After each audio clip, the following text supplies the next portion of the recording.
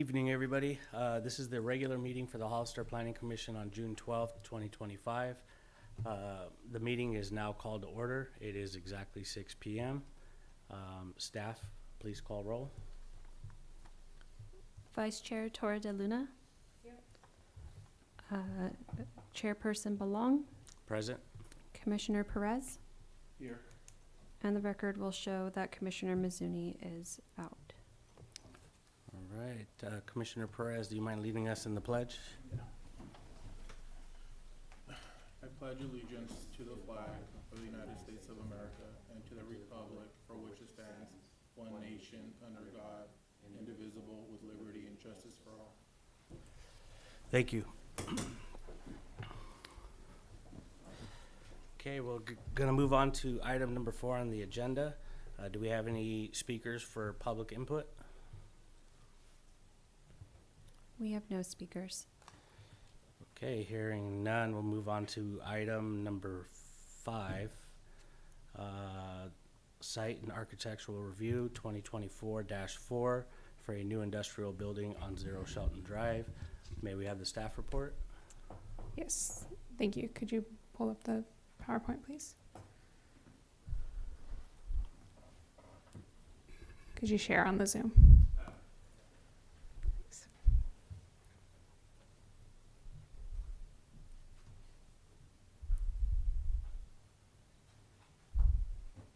Thank you.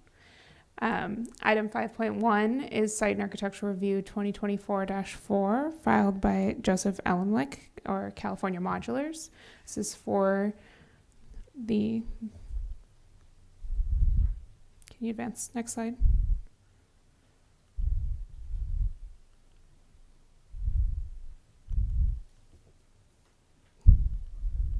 I've got it. Thank you. The project site is located on Shelton Drive. There's no address at this time for the parcel, but it's on the east side of Shelton Drive. It's currently a vacant parcel.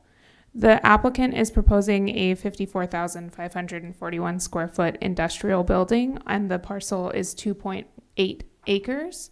It's a warehouse and manufacturing space with some ancillary office space, and their company manufactures mobile homes. So they make the mobile homes at this warehousing facility to be shipped elsewhere. Here's an image of the site plan. There's circulation all around the building, so 360-degree access with parking and landscaping surrounding the building.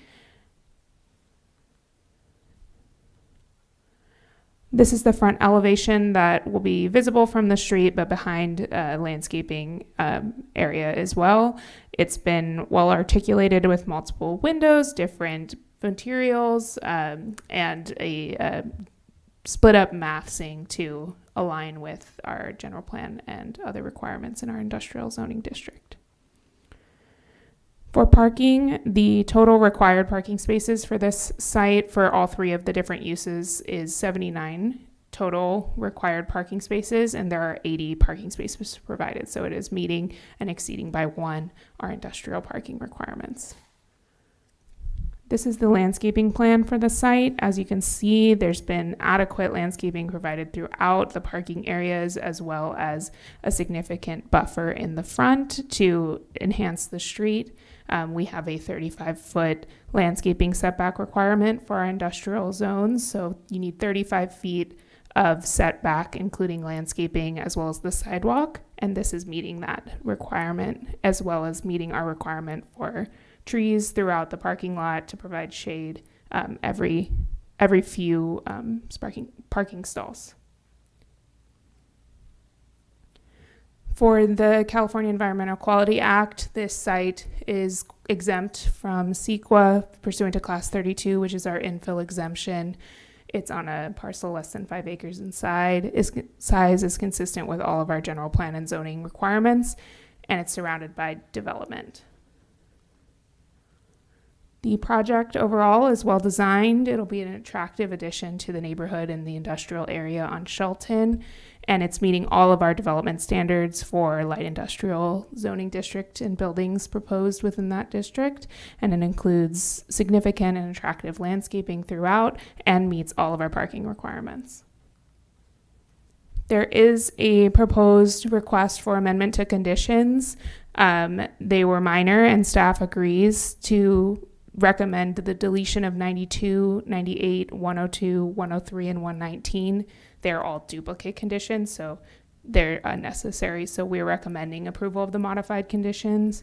There was also a request to modify a condition related to lighting on the street frontage. That condition was placed by our engineering department to ensure that the street frontage is adequately lit. It was not displayed in the photometric plan to be meeting our lighting requirements. So staff is not recommending that request to be accepted by the applicant. And our engineering department is here if there's more questions on that matter, but we are recommending to the commission to delete these 5 conditions. With that, the Planning Commission has 4 options. Our recommendation is the first, which would be to adopt a resolution approving Site and Architectural Review 2024-4 with all the findings and conditions in the draft resolution, however, with the modifications to delete those 5 conditions as we've discussed. You could also make amendments to the resolution or conditions otherwise. You could deny the proposed project or continue and request more additional information or clarification. With that, I'm happy to answer any questions. Thank you. Do we have any questions from the commission? Yes.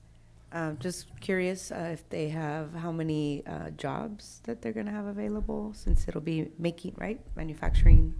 Yeah, I don't have that information, but the applicant is here. So when we open the public hearing, I'm sure that they would be happy to address that question for you. The only other question I have is on the duplicates that you mentioned. Why would those be there in the first place? And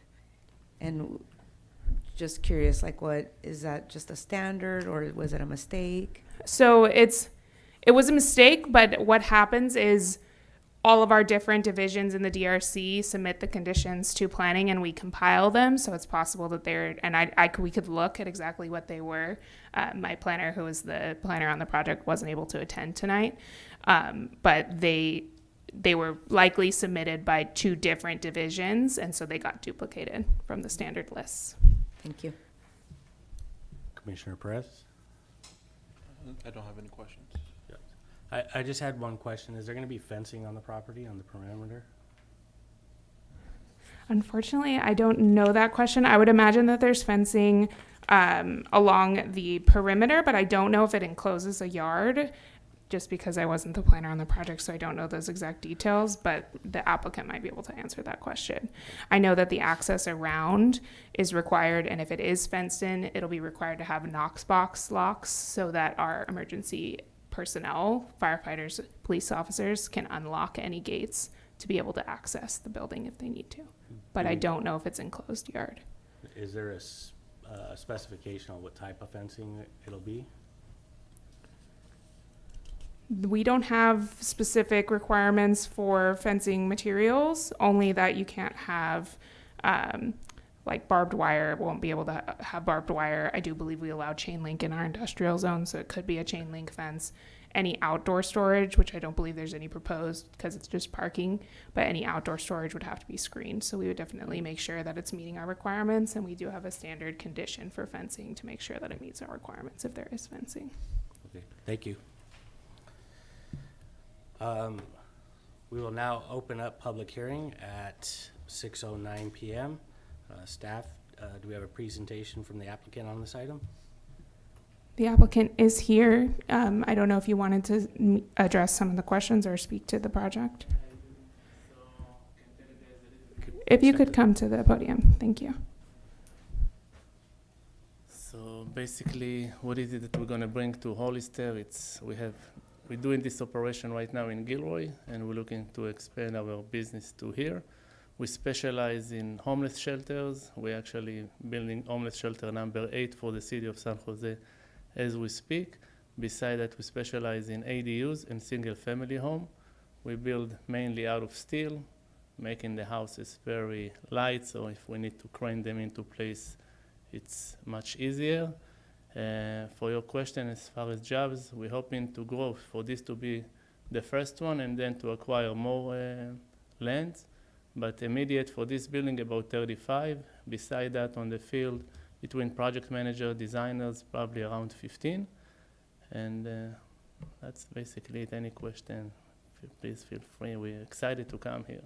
We're doing other things, other developments, smaller, but we're here. I live in Morgan Hill. For me, it's like perfect. I do have follow-up. Thank you for, bringing jobs to our community and for doing that work for the unhoused.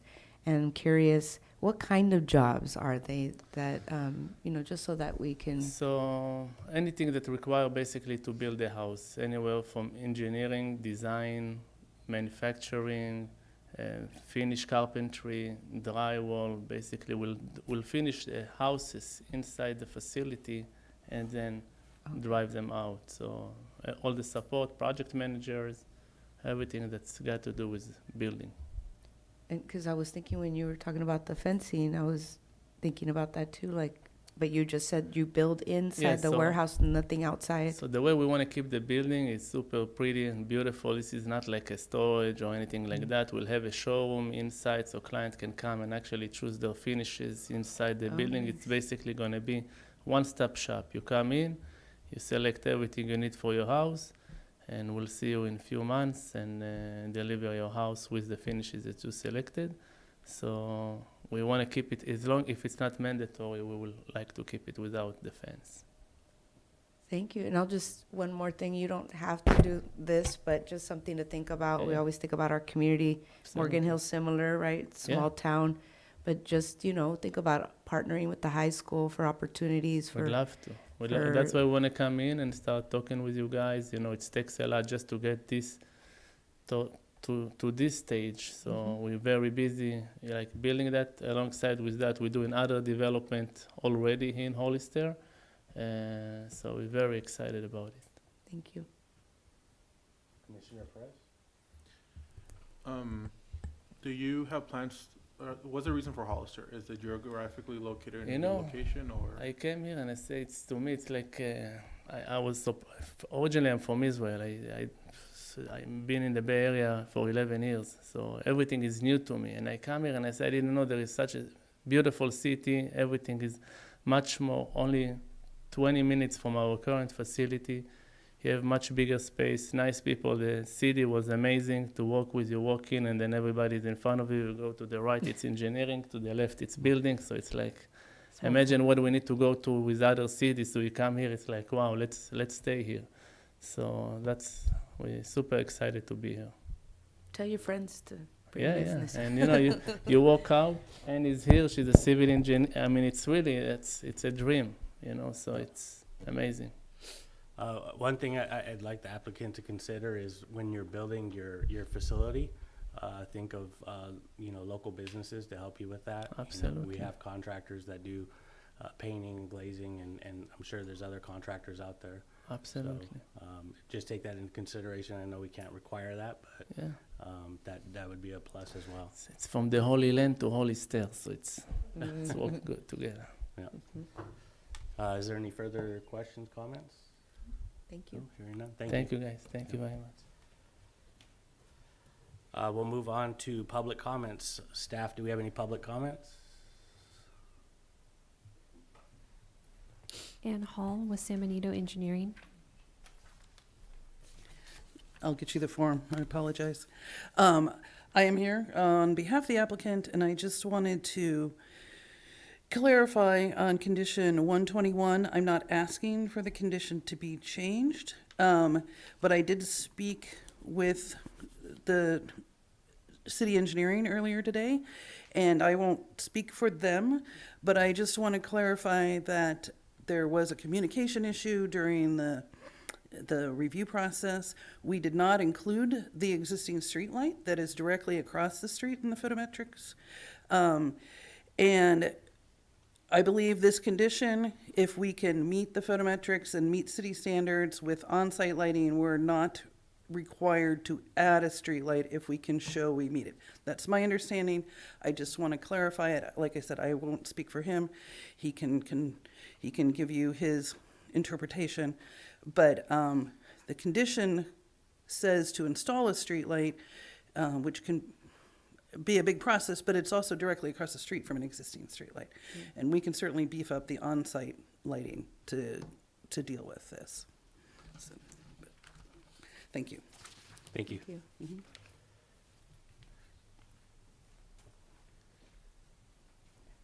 I'm curious about that. Do we ask him? Mhm.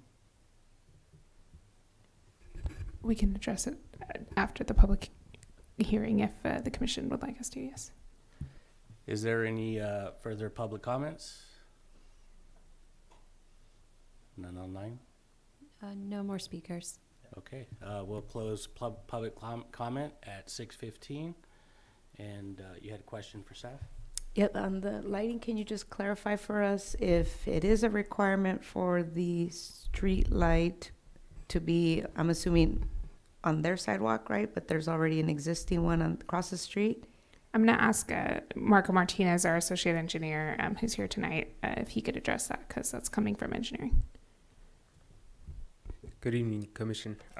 So the comment was established primarily to, because initially the applicant submitted photometrics and they were reflecting lack of lighting along the project frontage. So the condition was placed to cover our bases, and whether there was a communication issue that didn't reflect the adequate lighting on site, I mean, the comment would still apply. So we were just trying to cover our bases. If they're already providing sufficient lighting, then, you know, we could just go ahead and do away with the comment at the time of improvements. Okay, so is that like a requirement in there, or is just a comment?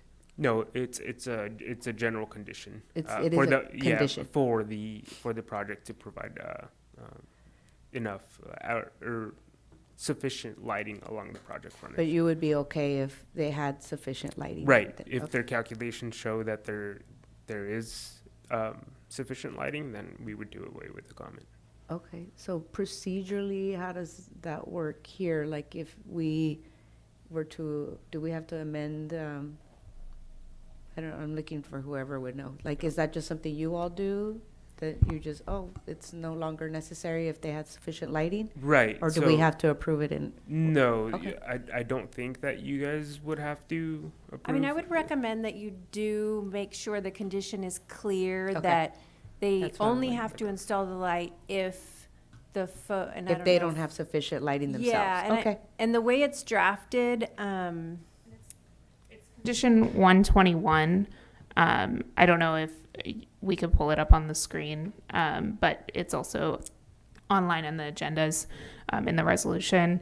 But it reads, photometric plan, the frontage of the site as shown on the photometric plan submitted on April 21st, 2025 lacks adequate site lighting. Prior to issuance of a building permit, the applicant shall submit plans which shows additional streetlights to be installed by the developer within 10 feet of the PUE to illuminate the frontage of the site. A revised photometric plan shall also be included with the civil improvement plans. So it does indicate that they shall be installed. I'm trying to think if there's a way that we can include language. probably say it shall be installed if they do not provide sufficient lighting on yeah, their property? if a revised photometric plan does not indicate there's sufficient lighting, something to that effect. Yeah, so perhaps the applicant shall submit plans which shows additional streetlights to be installed as necessary to ensure adequate illumination by the developer within 10 feet of the PUE to illuminate the frontage of the site. And we also have a condition that's standard, I don't know the exact number, it's usually about 6, that allows the city engineer and the director of community development to clarify the conditions. So if the commission would like to add that language, and then we can make sure that our city engineer would be able to make sure that that's clarified. And I think we have an understanding of the commission's goals with adding that. Thank you. With all the discussion on the lighting, I just had a question on hours of operation. When is the business gonna be open?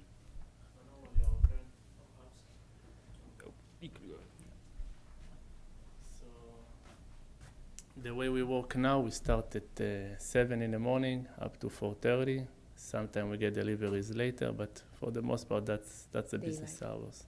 So there's nothing in the evenings or after hours? No. Okay.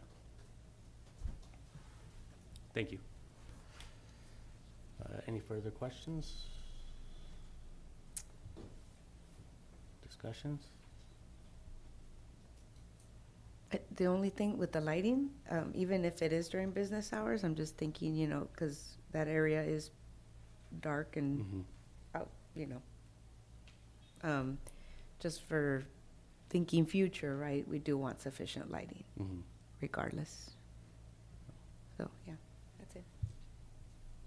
If there's no further discussion on the item, I'll entertain a motion. If anybody would like to make one? Yeah, I'll make a motion to approve the recommended, I didn't pull it up. Adopt a but is it with amendments or is it as, I think you'd have to. With Yes, amendments, right? so it'll be, your motion, I would have you read off number 1, and Mhm. our resolution number is gonna be 2025-15. So you would say adopt resolution Okay. 2025-15, and then the, okay. Adopt resolution approving site and architecture review 2025-15? that what you it mean? would be resolution Resolution, 2025-15, approving site and architecture review 2024-4. 2 numbers. With the findings contained in the draft resolution and conditions of approval with the modifications as discussed. Thank you. Perfect. We have a motion. Is there a second? Second. And there's a second. All those in favor signify by saying aye. Aye. Aye. Passes 3-0. And thank you. Thank you. Thank you. And we have item 5.2, Appeal 2025-1 regarding 1381 Carriage Road fence. May we have the staff report? Thank you. This item will be presented by Associate Engineer Marco Martinez. Thank you. Thank you.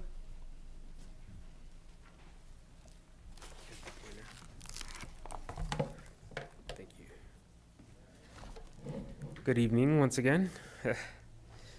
The item before you tonight is Appeal 2025-1, Alan Leon, 1381 Carriage Road Fence Extension Appeal.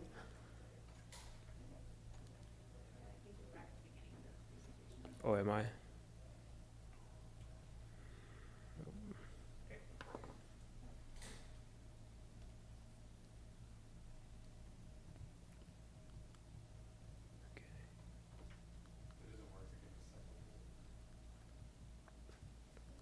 Where should I be aiming?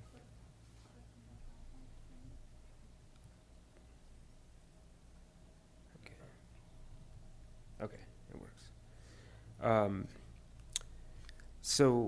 The recommended action for this item is to deny the appeal and have 1381 Carriage Road homeowner push the fence to the original location from when the home was originally purchased.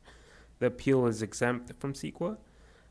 It doesn't have any potential for causing significant effect to the environment.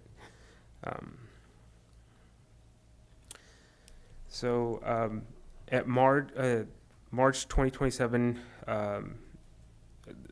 meeting for the Planning Commission, the Commission held the public hearing to consider an application for the appeal of 2025-1 filed by Alan Leon related to the location of the fencing in the Mirabella 2 subdivision. Following the public hearing, the Planning Commission continued the item directing staff to return with the following: the plot plan for 1380 Cavalier Court, which is a neighboring parcel behind 1381 Carriage, the building inspection report for 1381 Carriage Road, and all active code enforcement violations for the Mirabella 2 subdivision.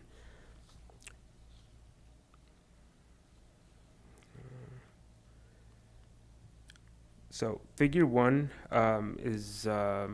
this figure is just what was previously provided, which is the 1381 Carriage Road, which you guys are familiar with the with the situation. But the next figure one is the this figure is the approved plot plan for 1380 Cavalier Court. So this approved plot plan for the neighboring parcel behind 1381 Carriage does not show a fence in the PUE, which means it was incorrectly installed by the developer as well. Secondary item is the active code enforcement cases within the Marabella 2 subdivision. They are at 1381 Carriage Road, which is this one, and then 1400 Cavalier Lane. However, the code enforcement case for 1400 Cavalier Lane kind of differs from compliance order 24-2522 at 1381 Carriage Road, as the applicant for 1400 Cavalier Lane actually they applied for a fence extension. However, they didn't. They applied for a fence extension prior to moving their fence. They just didn't abide by what they initially proposed. And to the right of the slide is enclosed in red is the unabiding extension that they went ahead and extended.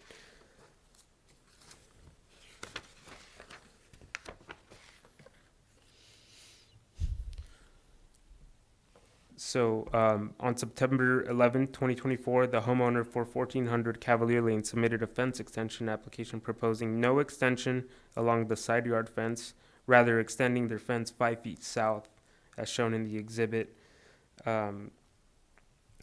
This proposal was abiding by the 15-foot front yard setback requirement established in the city's municipal code. As a result of this application at 1400 Cavalier Lane, the City of Hollister's Engineering Division approved and issued fence extension application 24-06 at 1400 Cavalier Lane. Weeks thereafter, the applicant processed to deviate from the approved fence extension application, hence the code compliance case was issued in April 14th, 2025. The applicant at 1400 Cavalier has been instructed to move their fence back to the proposal that was approved as part of their initial fence extension application. The third item is the building permit that that was requested during the March 27 discussion. The final inspection report for 1381 Carriage Road is provided, and no additional notes were indicated by the building inspector at the time of final sign-off. So there is additional items that staff went ahead and provided during this meeting. Figure 4A and Figure 4B demonstrate satellite imagery from when the home was initially built, and then imagery from when post extension, unapproved extension. So as you could tell from the images, the developer did not follow the approved plot plan that was approved during the development review process.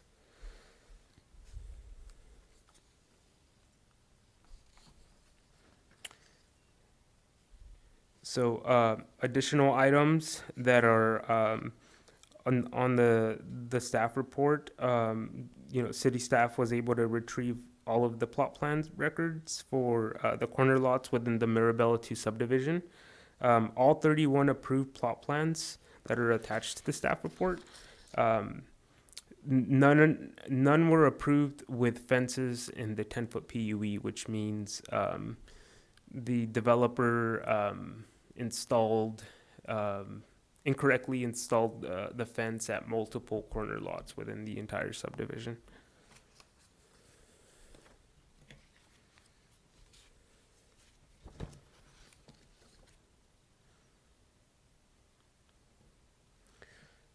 So, additionally, city staff did some further investigating using a third party, not like Google Earth or Google Maps. There's like third party companies that specify in like satellite imagery, and we came to determination that the developer did build some of the corner lots per approved plan, but it was only a few.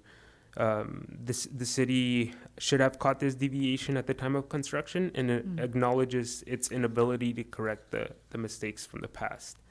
City staff were able to obtain email records from other fence extension inquiries after the final acceptance of the Marabella 2 subdivision. Multiple inquirers mentioned Kuiper Homes, the developer for the subdivision, assured the original homeowners of the ability to extend the fence without any issue. The developer never mentioned to the homeowners of the city's fence extension restrictions set forth by the city's municipal code. This may have been a sales strategy used by the developer to have owners pay a premium for a corner lot. Either way, the city acknowledges the mistakes and past exceptions that were made. Furthermore, email records also indicate the city provided fence extension exceptions at the following locations: 1416 Waterwheel Lane and 1470 Cavalier Lane. On October 13, 2021, 1460 Waterwheel Lane was granted an exception of a 3.5-foot encroachment into the existing PUE. And on January 3rd, 2022, 1470 Cavalier Lane was granted an exception for a 5-foot encroachment into the PUE. Both exceptions were granted under different direction of a previous director. The 1470 Cavalier Lane was granted 5 feet of encroachment into the PUE to provide the homeowner with a minimal access to the west side of their home to the rear yard. The exception at 1470 Cavalier Lane was approved as shown in figure 6 of the staff report. I did not attach it, but it is in the staff report. So email records also indicate that an overwhelming number of fence extension exception requests were made after the acceptance of the Marabella 2 subdivision, and the department had halted any further exceptions. Since 2022, the city has been working to uphold section 1716.050 of the city's municipal code and has been consistent with not allowing fences in the PUE.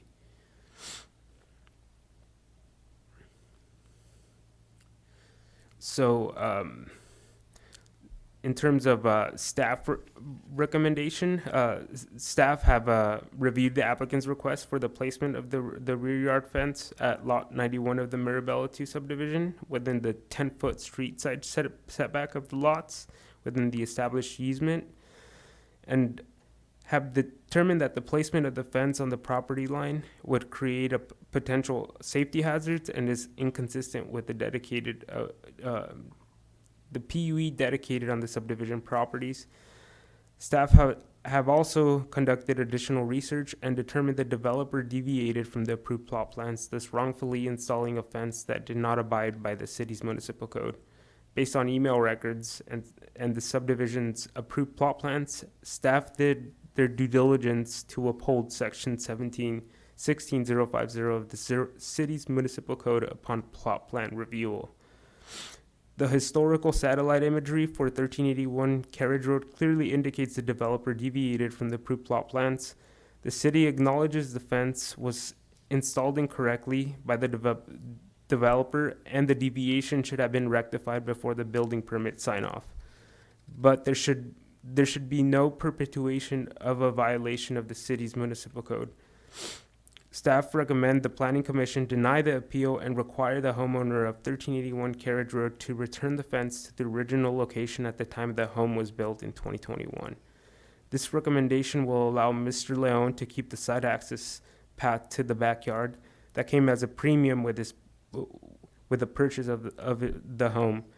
The recommendation will also allow the city and other utilities to access a portion of the established PUE for future improvements and or to maintain essential infrastructure. The recommendation will also remove an unpermitted pony retaining wall that is currently in the PUE. So there's actually a slight error in the draft resolution as shown above. We highly, we suggest for the changes to these minor errors. The draft resolution references 1981 Carriage Road, and it should be 1381 Carriage. And the phrase strike through above should be replaced with a street side fence to be pushed back to the original location from when the home was purchased.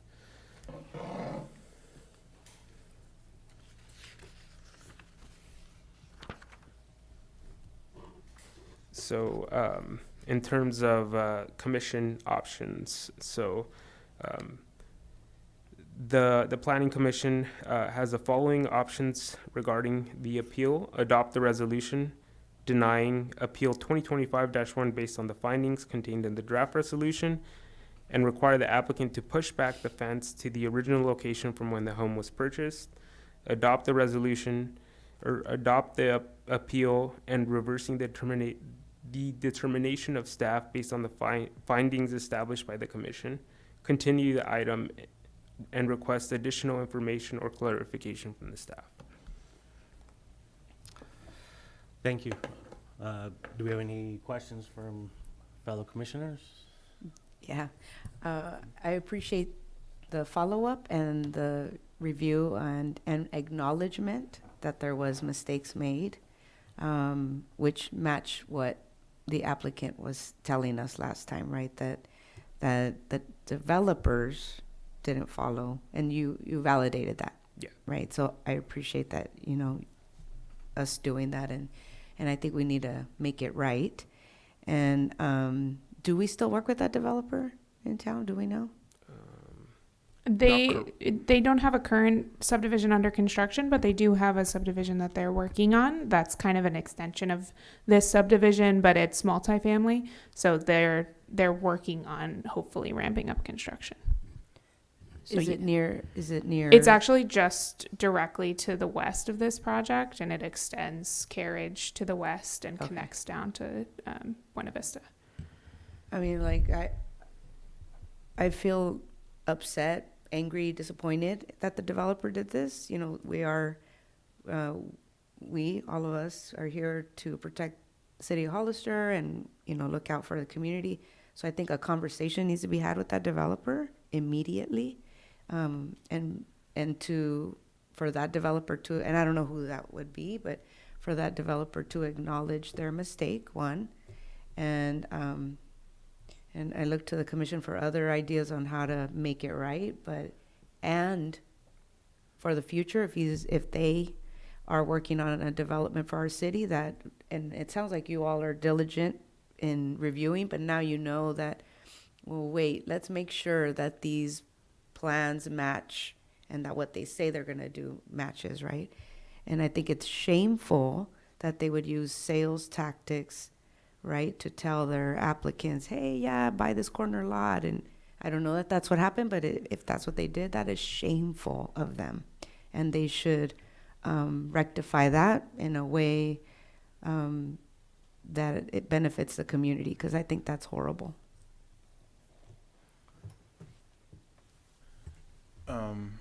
Again, thank you for all the research. This is more than what we asked for, so we appreciate that.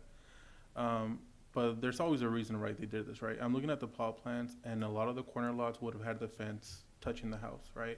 Is there a municipal code that states that they must have access from at least one side of the home? Or why was for figure 6, for example, they were granted to give them minimum access on one side? So is that the reason, or is that lot has access through the other side, right? Yeah, through the other side. So if it was touching against the house, that would have been acceptable? Like figure 6, for example?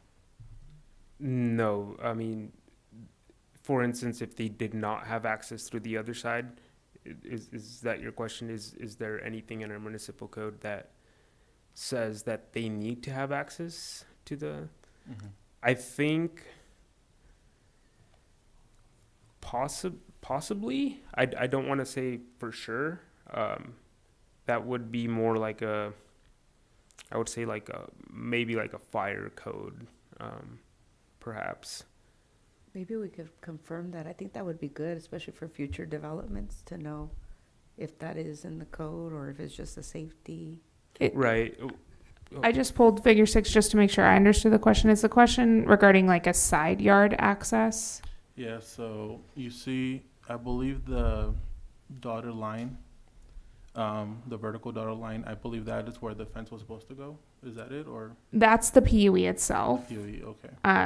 Yeah, and so, and I can say just from, it doesn't look like, I mean, I'm sure my signature was on this one as well, because this was the time when I was approving plot plans, and essentially, the fence only comes into question when it's within 10 feet from the property line. So in this case, there's also a 10-foot public utilities easement, which is where engineering's concern with an exception to allow it closer is. We do not have any requirements related to fencing to mandate a side yard of any size.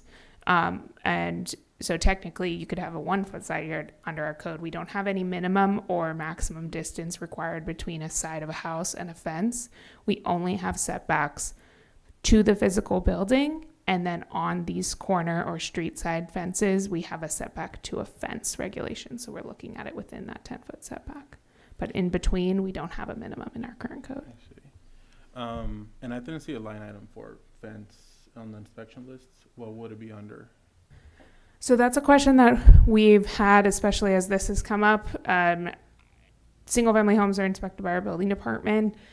So it's conversations we're having of making sure that they're looking at the fences because they're the last eyes on these buildings. So, Okay.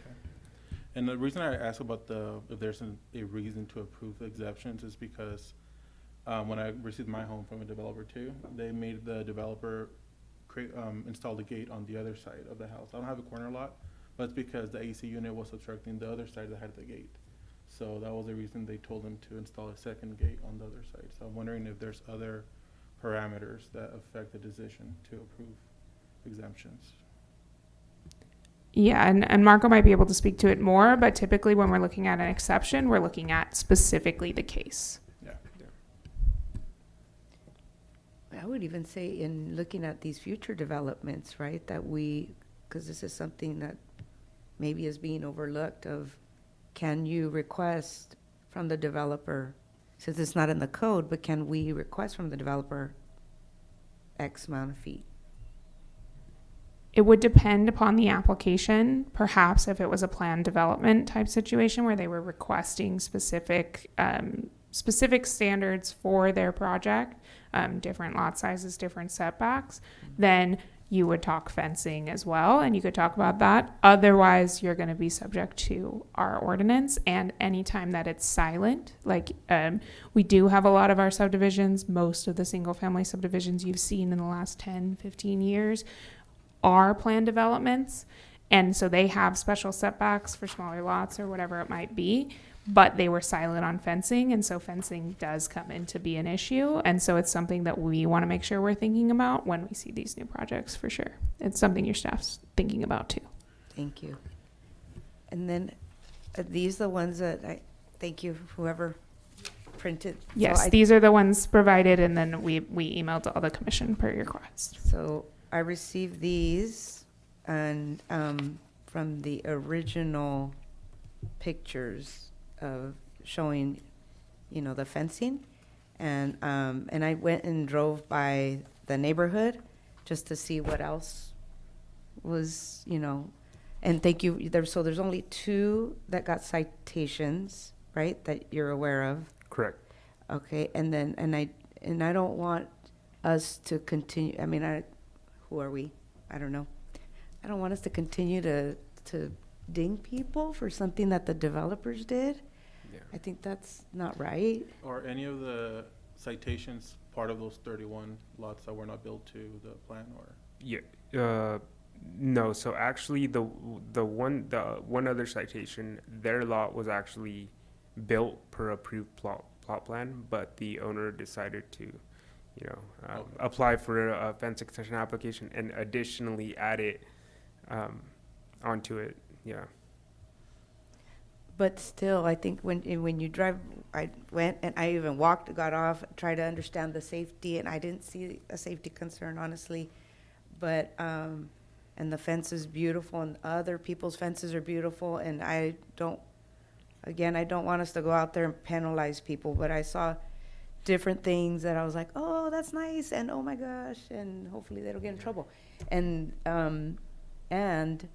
how do we make this right? Because that neighborhood, it sounds like, Can I did not, suggest that before you start actually discussing the merits of the appeal, that you open the public hearing Oh, and hear thank you. from Yeah. the public? okay.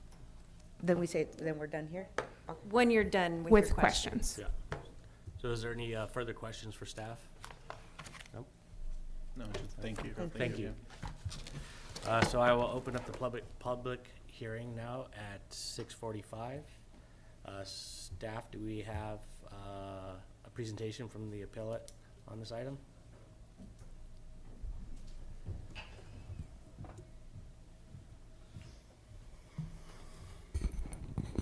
Here we are again. Yeah. I mean, last time we were here, like 2 months ago, we were all reiterated like multiple times that there was no way they would pass the house without approving the construction plan. I work in construction, I'm a union electrician, I deal with this stuff all the time, and truth be told, it was wrong. I didn't lie. I've been pretty much called a liar for the last year. Spent about 20 grand in lawyer fees. There's actually a neighbor here, that's the other house. It's not only 2 houses. I've actually had a bunch of neighbors come up to me because there's letters sent out with my appeal. They're coming up to me like, hey, how's it going? They left a note in my house, my rear door neighbor. He told me about another neighbor, this guy here, and it's pretty much everybody. We're being penalized for something that was set up by the home builder. I did pay a premium. I don't really remember. I have a terrible habit of not paying attention to dollar amounts. Probably like 10 grand to 6 grand to buy a corner house. I know he paid 10 grand to buy a corner house, and we were told like, hey, buy this, you get more land. It's more of a quality of life thing, bigger fence, family, pets, stay home, right? But that's why I bought a house. And now I'm being told I can't do anything with it. And I gotta push it back, pretty much. And the weirdest part to me is, for the last year, he was telling me 10 feet, 10 feet, 10 feet, which is his PUE. And now he's like, no, what, it's okay, let's put it in the middle in the PUE. So the PUE doesn't really, we did a little bit of research, I spent a ton of money on an attorney. All utilities are in the middle of the roadway. And like I previously stated, if any utility company in the future needs to access anything, I can do a notarized letter, cost on my behalf. I can move the fence, they can come in, do whatever they want.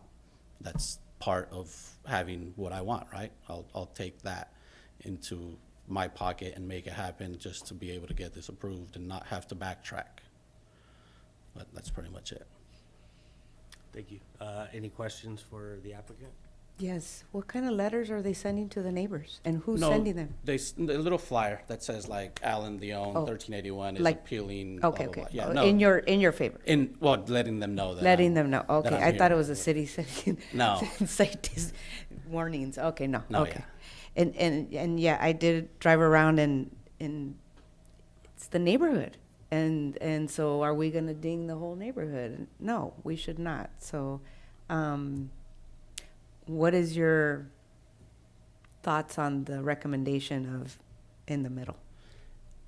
It's gonna cost me a ton of money. I mean, money's money, right? We make mistakes. I made the mistake by not applying first, and I take full responsibility of that.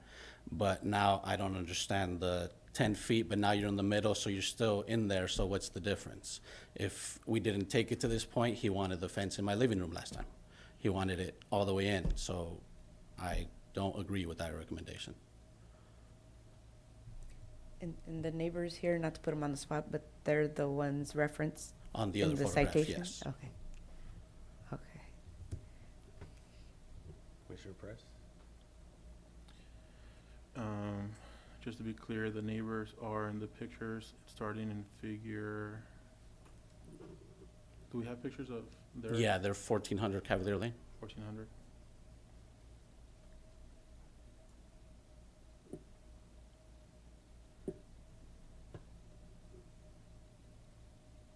They're like your house, right? Kitty corner. Yeah.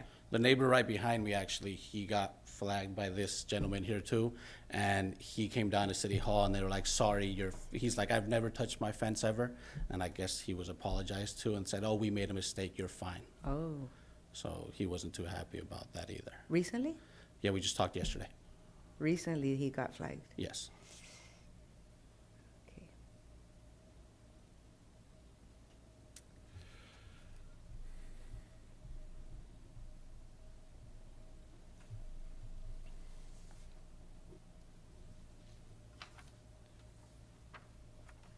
Is there any further questions for the applicant or comments? There's comments, but not for the applicant. Thank you. Thank you. Do we have any other public comments? Yeah, if you, this is public comment. Mhm. So we're the residents of 1400, and well, as you guys have all been saying ever since the developer, when we purchased it, we did pay a $10,000 premium for the lot extension. They said it's yours. They even said you can look in your title, and in there it says once it's purchased, any easements will go from the grantor to the grantee. So I figured those, like, we can do this. And then as Marco stated, we had been applying, I believe I applied in 2020. We've applied multiple times, right? Multiple times, and like he said, first time I applied, it was to have my fence extended to where it's at. But I was told that there was too many applications, so they were holding off. So I waited, and then I applied again another year later, asking the same thing. And what I was told, I don't know if my drawing was wrong, but it was denied because he thought I was extending it forward. And I said, no, I wanted to move it out. He said, well, either way, you can't move it forward, and we're not approving anything to move out. You can't do that because of the PUE. So I got denied again. Then the third time I applied again, they're like, no, you can't do that. I asked him, what can I do? What can I do with my fence? Then I've already applied. What can I do? You tell me, what can I do with my fence? So they approved for me to extend it forward, and I told them, you told me I couldn't do that last time. Now you're telling me I can do it. So my husband, we had a pergola done. We had extended it out, 4 feet, 5 feet? 6 feet. Yeah, out. I went, I applied. This is when I asked him, if I can't do this, what can I do? He said, you can move it forward. I go, okay. Well, give me the permit then. We'll move it forward. But I told him it did cost us some money to move it out, so it'll be a second. But if you're saying we can move it forward, then when we do get the money, I mean, what is it, like $8,000 to move the fence? So it's not like money. That we have it, you know. Yeah, so we have But you that didn't, permit. We just haven't. The reason Done. we filed that permit to the extension forward is to have something on file while we try to figure out What's going on with the- this? I mean, it's just, Yeah, so we don't we- have that money to just, Right. And from one day to the next. like you said, we've been told multiple things every time we apply. We were told one thing by the developer. We're told a bunch of things from the city. So it's all very confusing. And I know Kuiper, I guess, when I had asked Chris, I said, okay, so how do I obtain this easement that's on my land? If you're not using it, if there's no utilities there, then I would like, because it's on our property, to obtain that from whoever. They told me you have to contact the utilities. I called PG&E and all them, and it all led back to the same office where I was applying for the permit. They're like, well, that's us again. Well, okay, so can I get my utilities? No, we're probably not gonna approve it. So I'm like, okay, you guys, like, we're just completely getting the runaround here. And like you said, we're just trying to figure out what to do. We extended our fence, and we had a hearing a few weeks ago. And we just showed them, look, it was just because we put a concrete sidewalk inside our fence, and we wanted enough room for the trampoline for my kids. That's literally all we have enough room for. We're not doing anything crazy. We just, And then, we were also told that we could apply to buy the 10 feet PUE from the city, that they would, we would have to purchase it from them, but we would have to move the fence back first to close that case, then we could apply, and who knows if we even He said get it, approved but for I don't that, think. to buy the 10 feet. I'm like, well, this is our property, right? Right. And we What- paid the 10,000. We paid the extra 10,000, so I just don't understand how. Yeah, we're then he getting told us different- We're getting told Getting different different things. things. from everyone. Even Chris said, well, that sounds like a civil lawsuit that you might have to file with the developer for selling you this property and it's not even yours. So, Wow. Did you all get cited too? Yeah. I didn't Yes. catch that. Okay, so yeah. He actually called me today and said, so We had the hearing. oh, that's after right, the two hearing, citations, right? Yeah. the hearing that we were denied, so I have till July 14th to move Got it it. back, Got it. or else I will be cited every day. You'll be cited, right? They- Because it's still. Yeah. And do you have questions? Sorry. Well, and this too is public comment. This is not the applicant, so generally Okay. we just. Oh, That's right, just- right. yeah. My bad. That You're was right, you're just right. our part. Thank you. Thank you. Thank You're you. right. Well, would they become an applicant? No? Unless they apply for something, but no. So even though they got denied similarly, and could they appeal and?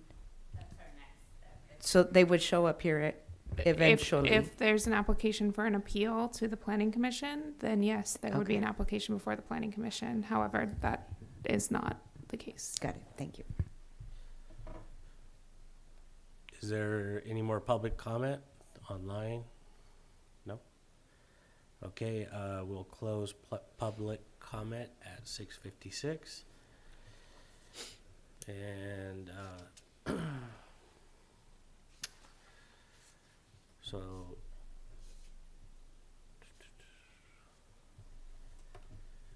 it's up to the commission now, so, I'll open it up for our discussion. So I think clearly there was mistakes made there by the developer, mistakes, and also not just mistakes, I think glaring, purposeful, shameful sales pitches, right? That led people to believe that their land is their land, and then they couldn't put their fence where they thought they could. And then I think it's this other piece of being charged by the city. I think I want to follow up on that.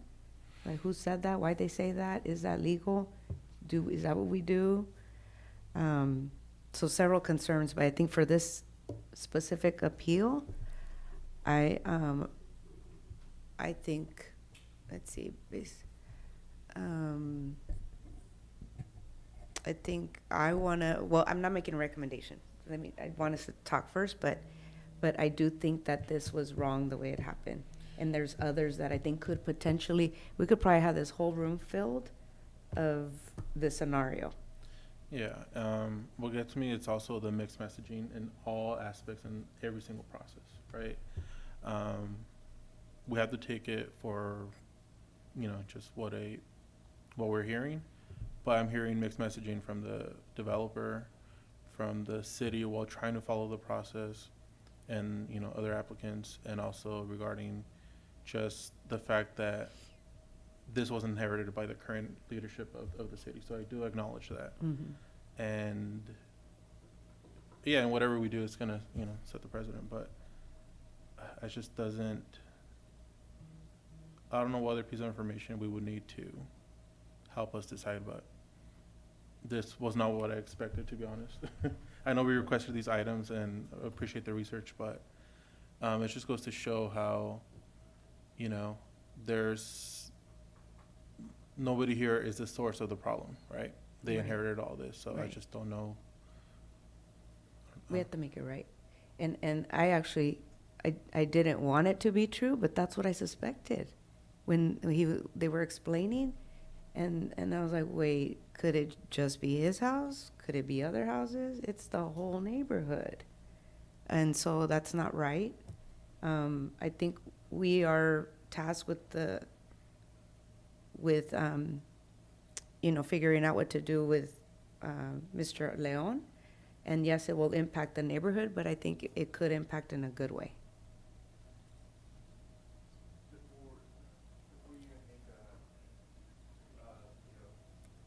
Can you come to the mic, Marco, please? Just before you guys go ahead and pick your options, this is going to set a precedence. And Mr. Leone, he indicated he wants to be treated fairly, right? So what about other applicants that come forth and want to appeal? I only think it's fair that, you know, we require them to push it back to the original location, since there's various lots that were, you know, built incorrectly. So. Can I ask that, so do we know, if, were the original locations, what, were they all the same, or are they No, all so all so over the place? developer didn't deviated from the plot plans. So we were able to attain satellite imagery from a third party company, but in discussions with our department for this subdivision, precisely, if you select option 1, we're willing to, you know, work with the homeowners to just match up to the original location, make it fair for everyone. For all For the every homeowner. within that subdivision. That subdivision? Yeah, that was built incorrectly. So Are this there, is going to set a precedence. are there homes that we're saying that will lose or gain fence? It all depends. So Majority? what's gonna happen is code enforcement is gonna be basing themselves off of like satellite imagery from when the home was built. And for instance, if a homeowner gets cited, they could provide proof that, you know, the fence was there when their home was constructed, and so they would do away with the code enforcement case. And that's just being fair with everyone. And who would incur the costs? For the relocation of the fence, the homeowner. But then again, how many more cases like this are going to come forth? So how, you just stated that the city is willing to help. What help are you giving? We're willing to allow a fence in a PUE that's against in our municipal code. Got it. So like we're willing to accept the mistake that the city made previously. That's what we're willing to help with. So for instance, if you bought a home within that development and your fence was already in the PUE, which was it was not supposed to be in, we're willing to accept that. Got it. Yeah, that's pretty much it. Thank you. I feel like, I don't know how many houses are within the PUE, how many were out, how many have been, you know what I mean? It's hard to, and if, right, and if we were to leave it the way it is, the impact then, just remind me, the impact is, could this approval be for this development only? That's my question first. Or is that a different, like if we're like, leave it like this, honor what, you know. Well, the action before you is just this Just his. particular fence, and so that's what you're tasked with deciding, so you wouldn't be able to make a decision for the entire development if that's what you're asking. But you could, in your decision-making, if you want to avoid setting precedent for the whole city. Yeah. I think just by making your comments and putting them in the public record, that you're really only considering what happened in this particular development, that could be considered later if someone were to appeal a fence Okay. in another development. Thank you for that. We could probably add that to the resolution, in fact, just Okay. that's So would part of this- your decision-making, is that Because of errors made by, in this particular this development. case. So the decision being made tonight wouldn't necessarily set like a case law then? No, I mean, you're never required to abide by precedent when you make a decision. I don't want to, well, I won't say never, but you're making decisions based on the particular facts in front of you. And, you know, even the neighbor could have different facts that you may make a different decision.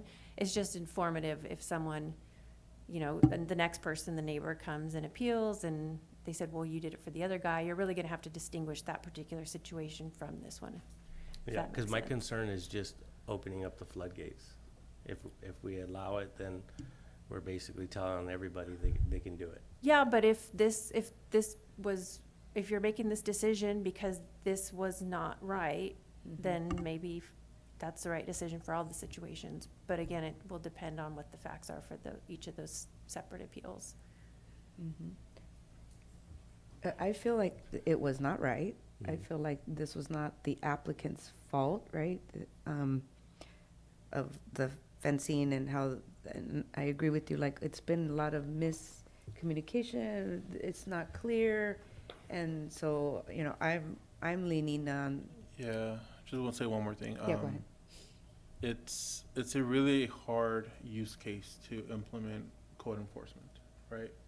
And that's kind of where my mind is at. Like, I understand the need to do that, but when for example, if an applicant is given the runaround, you know, what action will they take if they can't get a determination from a city, you know, from staff or whoever they may be talking to? I'm not saying that was this applicant's situation, but the evidence is there that it was all over the place. And the fact that this wasn't caught in multiple plots in that development makes me think that there was mixed messaging, and when there's mixed messaging, there's decisions made like this, like moving a fence without having the permit. So that's my final thought on this. Further comments? No? For me, it's, you know, I work in construction myself, and, you know, there's a reason why there's permits and everything else, and code enforcement and things of that nature. And I just feel like I don't even know if this is in our purview to make a decision on this, because, I mean, this is code and it was circumvented, and now we're being asked to make a decision on codes that were circumvented. It's just, this is a hard case, and I don't want to set a precedence or set a case, you know, like I said earlier, set case law where this can come back at any other hearing and say, well, you did it for one, you got to do it for all.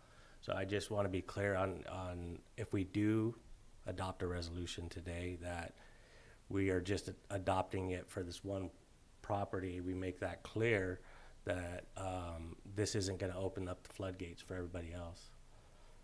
So that's all. I mean, I think within our position as commissioners, we're supposed to abide by the codes, and you know, that's part of our what we're supposed to be doing here, is making sure, like the applicant earlier about the lighting, you know, we have to follow what the codes are in place and not circumvent that unless we have some kind of reasonable findings. And so I think based off of the findings tonight, I think that development, I don't know if I should say this, but I think that a construction defect lawyer should be reached out by the people that purchased homes in that development. You know, because I feel like the developer somehow has some negligence in there. I'm not making that as a suggestion, but if that was my case, I would do the same. Reasons for the action on the appeal, and verify the compliance or non-reasons for the action on the appeal, and verify the compliance or non-compliance of the subject of the appeal with the provisions of this zoning ordinance. So part of your motion, if you wanted to incorporate into a resolution of approving the appeal, because we don't have a draft for you in that regard, you would need to make findings in compliance with the appeals section. So is negligence on the developer a finding? Yeah. Yes, I think you can articulate them. I'd ask that you speak it clearly into the mic so we can catch it if we need to go back to the recording, but we can help you through it. And then likely what we'll do is we'll draft a resolution and bring it back just as an information attachment so you can see it at the next meeting. Okay. But we'll write it up for you and make sure that it's what you wanted to adopt. Thank you. Then I will want to make a motion that we adopt a resolution approving the appeal and reversing the determination of staff based on findings established by the Planning Commission. And the findings would include the negligence on the developer's part in how would I say this? In that it didn't match the plot plans. The plot plans, Mhm. that's one. I think also our mixed messaging or what would be the appropriate term, runaround that the city did with the applicant, or you could say mixed messaging or back and forth. And I think that's, unless you all have anything else. It's your motion. Oh, right, it's mine. But you can help me, team. I Yeah, think you the could- other you thing could I want to propose say, it in a minute. to your point, I want to make sure is that this is specific to this applicant because of what they went through. That it's, right, because I think that way it doesn't set a precedent for the whole city, but this is specific to Mr. Leon's situation in this neighborhood. And Is that Commissioner motion? Torres de Luna, if I can just make a clarification to make sure we understand the path forward if this motion is adopted, it would be to allow the fence to remain where it is and as it is? Yes. Okay.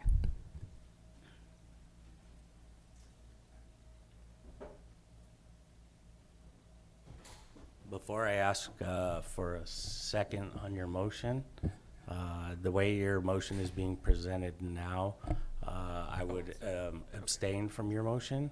I think there needs to be language in there, like Mr. Leon presented, that he would incur the cost if it ever needed to be. Any kind of encroachment on his property, or there does need to be some type of underground construction. He did offer to do a notarized letter. I don't know if the city needs something like that on file. But I think it needs to be in the motion in order for me to, I'll just say, I Yeah. mean, I would need that in a motion, so. Yeah. Can I amend my motion? Yeah, if you'd like that to be a friendly amendment and then Okay. accepting that. Yeah, because I think the applicant said that anyways in their original, so yeah, I would like to add that. Got it. So, can you give us everything that we have on the motion? Okay, thank you.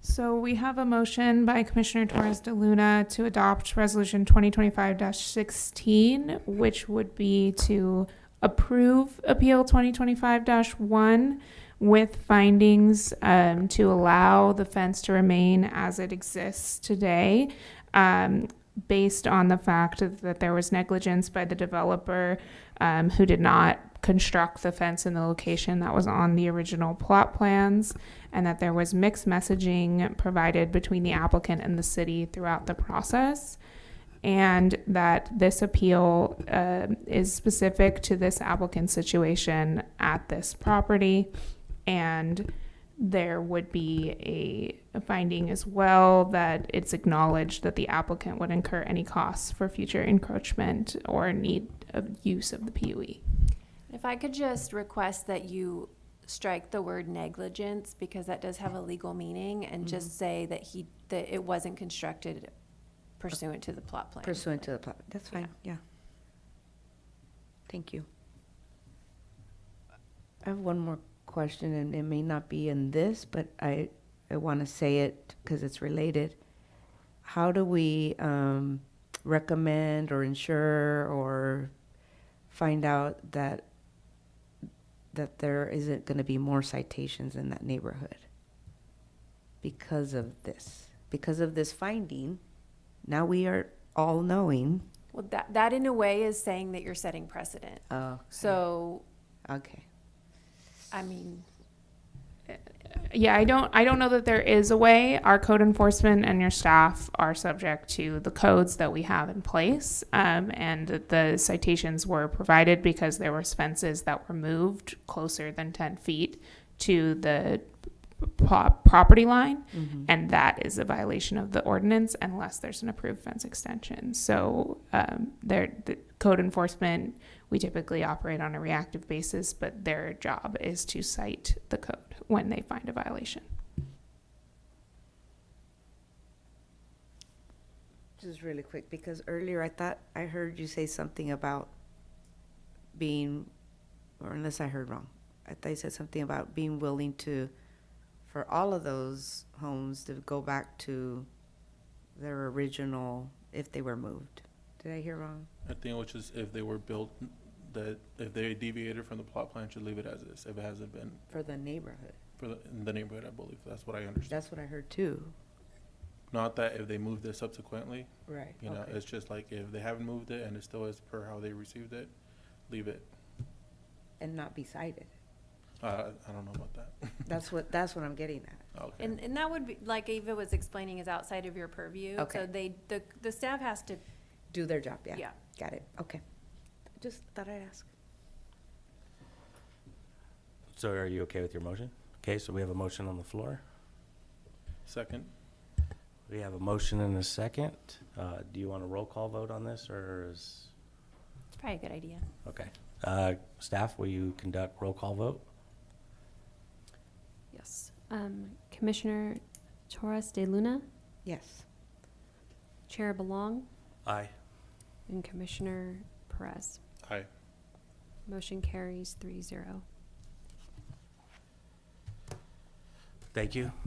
Great. And what we'll do is we'll draft that resolution and bring it back to the commission just so you can take a look at it for the record before we finalize it. Okay, we'll move on to item number 6.1, Planning Commissioner reports. Commissioners, do you have any reports? Commissioner Perez? Questions?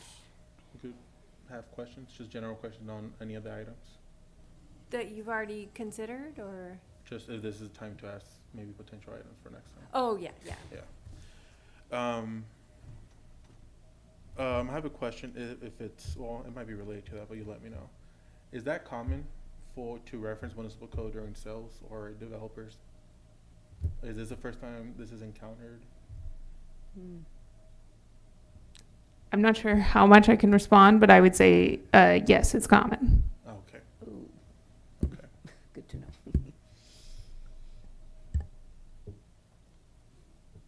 Any further questions, Commissioner? No?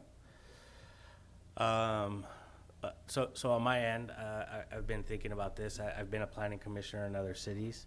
I know Hollister is a smaller city, but I came from a smaller city, and I don't know if this is the right appropriate time to ask this, but our stipend is at the $25. Has it ever been considered to be increased at all to match other cities, surrounding cities? I'm not sure, but we can look into that. Okay, Mm-hmm. Yeah, and that would be by action of the city council. okay. Thank you. And we'll move on to item 6.2, Planning Division reports. I would just like to report, just for the commission's information, that the appeal that you heard for the fencing in the Farmstead subdivision was appealed to the council, and they upheld your determination on that project. I don't think I have any other reports at this time that I can think of.